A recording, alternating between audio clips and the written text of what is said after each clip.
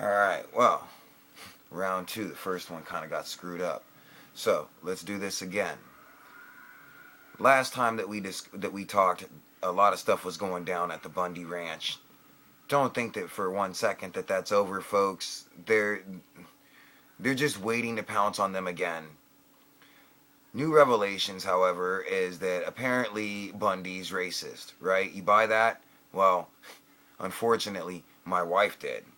Me and her had to have a discussion that it was a much broader issue and that they are trying to narrow the focus to Clive Bundy and his throwback comments to colored people, Negroes, all that other crap.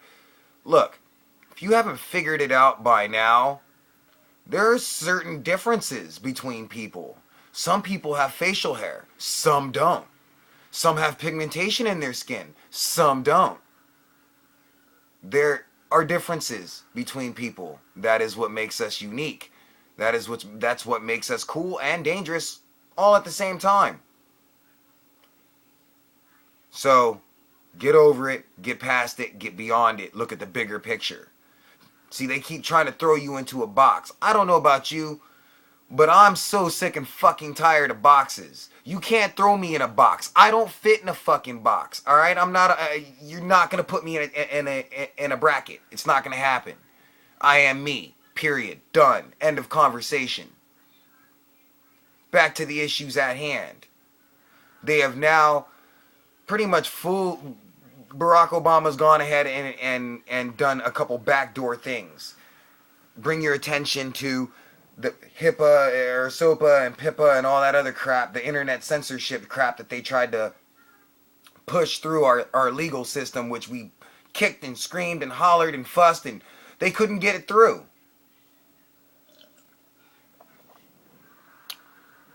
So rather than getting it through that way, they gave the power to the UN, essentially giving away the power of the internet to an international globalist body. Okay?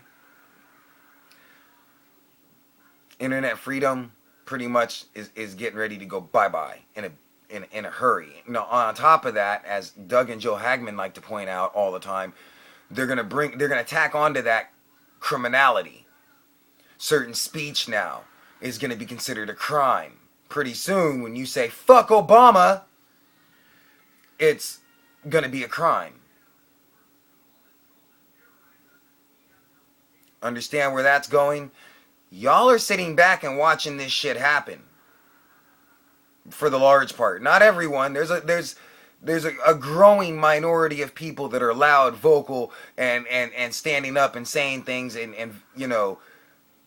So there is reason to hope, but it's not happening quick enough. Those of us that are awake need to get over our pride, get over our fear of being alienated from certain people. Look, if you bring these subjects up, which are very important topics, and your friends decide that you're not important enough for them to listen to your views on this, they are not your friends. Matter of fact, they are not their friends.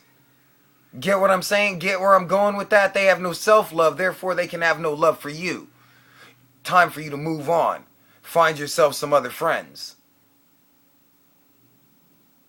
You know, people that want to live. Anyways, back on topic. So, that's going on with the internet. Now, let's get back to Obamacare.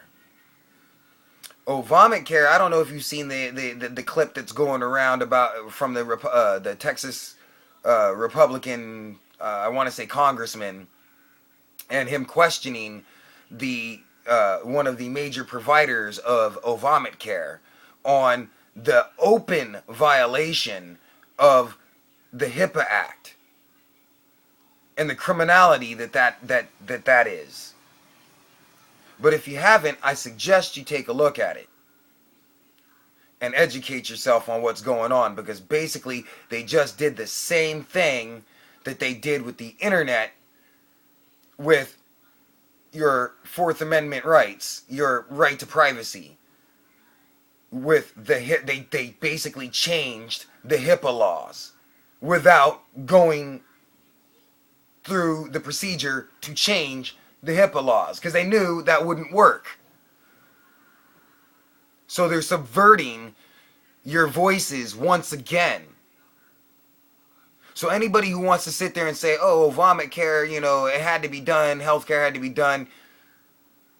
Obama has broken law after law after law. He has broken promise after promise after promise after promise.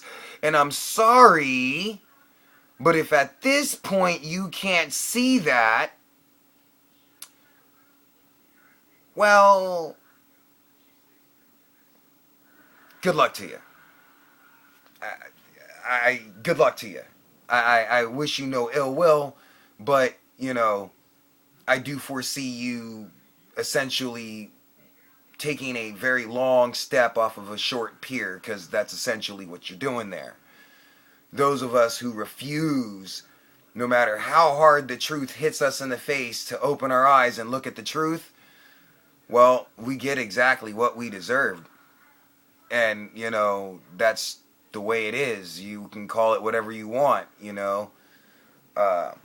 Survival of the fittest, whatever. You can call it whatever you want. But the bottom line is, the truth has now been smacking you in the face like a big fat freaking 12-inch dong on a freaking porn star's lips, alright, now for a good long while.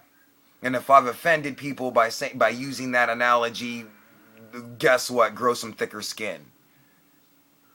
Because what's going on in the world right now far exceeds the language that I'm using in this video. Now, I've dragged on long enough on this video. There's more than enough truth out there for you to look at now to understand how much trouble your country is in if you live here in America and elsewhere, because, you know, we're not the only ones.